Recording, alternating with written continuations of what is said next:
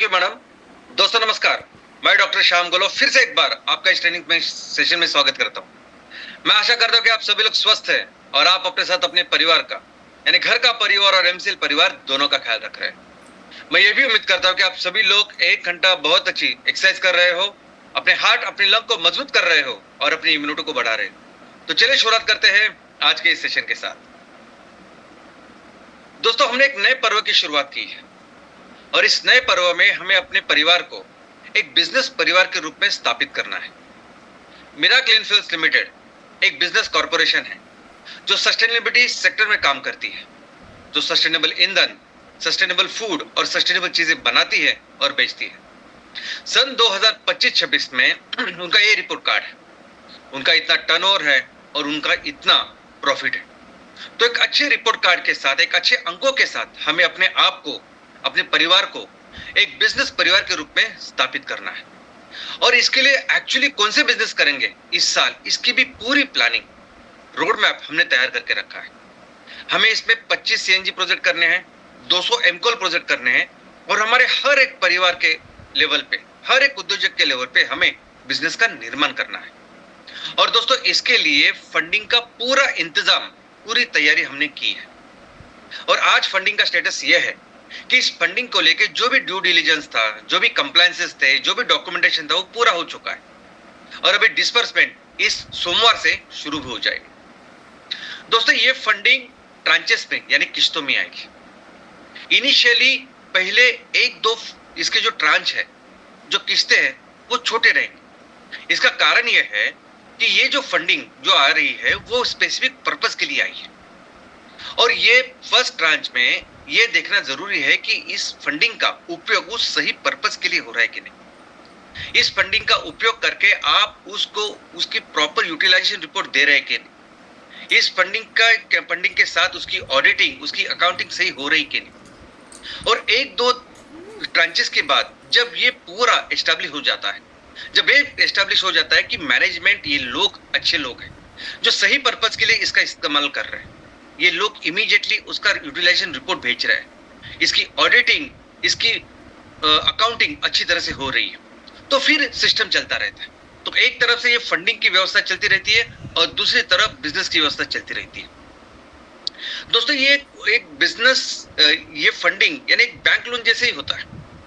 यानी देखिए, अगर हमें घर का निर्माण करना है और इसके लिए हम बैंक से सपोज 50 लाख रुपए हम मंजूर करके लेते हैं, फंडिंग उसके कर्जा लेते हैं, तो बैंक इनिशियली आपको कुछ पैसे देता है और उसके बाद उस पैसों के साथ हम अपने लैंड लेवलिंग करते हैं, फाउंडेशन का काम करते हैं और वो हुआ कि नहीं वो देखने के लिए बैंक ऑफिशियल आते हैं और वो देखने के बाद फिर आपको एक नई किस्त दी जाती है जो आपको पहली स्लैब बनाने में लगती है और वैसे ही चलता रहता है। तो बेसिकली ये जो फंडिंग का सिस्टम है, ये कोई भी संस्था हो, कोई भी फाइनेंशियल इंस्टीट्यूट हो, चाहे वो बैंक हो या अंतरराष्ट्रीय संस्था हो, हमेशा उनका काम करने का फंडिंग का तरीका यही होता है। और इस साल हमें इस पूरे फंडिंग का उपयोग करके ये सभी बिजनेसेस पूरे करने हैं और हमें इस साल अपने आप को एक बिजनेस कॉर्पोरेशन करके एस्टेब्लिश करना है। दोस्तों ये जो फंडिंग जिसकी हमने व्यवस्था की है, ये फंडिंग एक बेसिकली लॉन्ग टर्म डेट है, यानी एक कर्जा है ये जो कम इंटरेस्ट रेट पे हमें मिला है और एक बहुत बड़े समय के लिए हमें मिला है। और इस फंडिंग का सही उपयोग करके जब हम इससे वो रेवेन्यू और बिजनेस मॉडल का निर्माण करेंगे, हम सही रिपेमेंट की शुरुआत करेंगे, तो इसके बाद हम एक बहुत बड़े फंडिंग के लिए हम तैयार हो जाएंगे।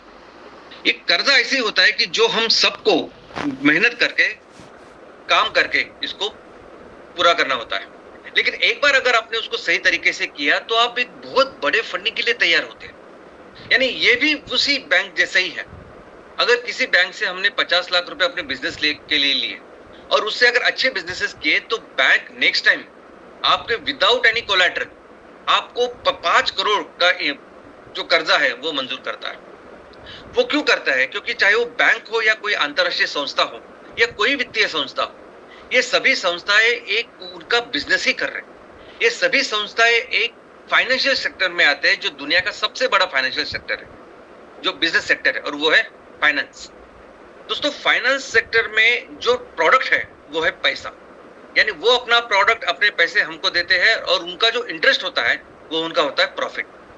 और इस तरीके से सभी वित्तीय संस्था, बैंक्स बेसिकली वो भी बिजनेस करना चाहते हैं। वो भी सही लोगों के साथ सही चीज के ऊपर बिजनेस करना चाहते हैं। और आज की परिस्थिति में सस्टेनेबिलिटी सेक्टर एक दुनिया का सबसे इंपॉर्टेंट सेक्टर बन चुका है कि जिसमें हर कोई वित्तीय संस्था आज बिजनेस करने के लिए तैयार है।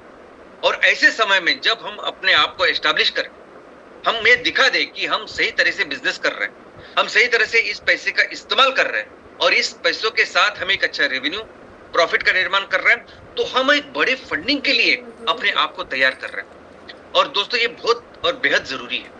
जिस विजन और मिशन के साथ हम चल रहे हैं, आने वाले दिनों में एक बहुत बड़े बिजनेस का निर्माण हमें करना है और इसके लिए जरूरत होगी बहुत इंपॉर्टेंट ऐसे फाइनेंशियल सपोर्ट की, और वो हमें तैयार करना है। उसकी तैयारी आज ही करनी है। आज ही हम जो बिजनेसेस करें वो इस तरीके से करें ताकि हम अगली फंडिंग के लिए पूरी तरह से तैयार हो, अगली फंडिंग की पूरी तरह से व्यवस्था हम कर सके। इस तरह के बिजनेस हमें आज करने हैं।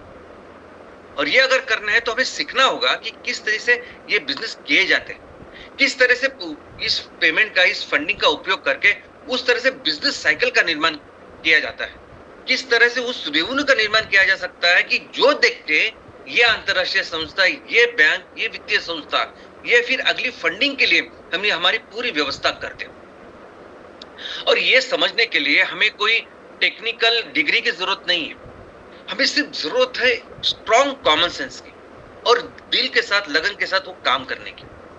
दोस्तों, बहुत बार बिजनेस में हम बहुत ग्रॉस सोचते हैं सिर्फ कि मुझे ये चीज तैयार करनी है और बेचनी, और इस चीज को तैयार करने में मुझे इतने पैसे लगेंगे और मैं इतने रुपए में बेचूंगा। लेकिन बहुत सारी चीजें होती हैं जो समझनी होती है, और जब हम डिटेल में उसके ऊपर काम करते हैं, मेहनत करते हैं, तो ये चीज समझ में आती है।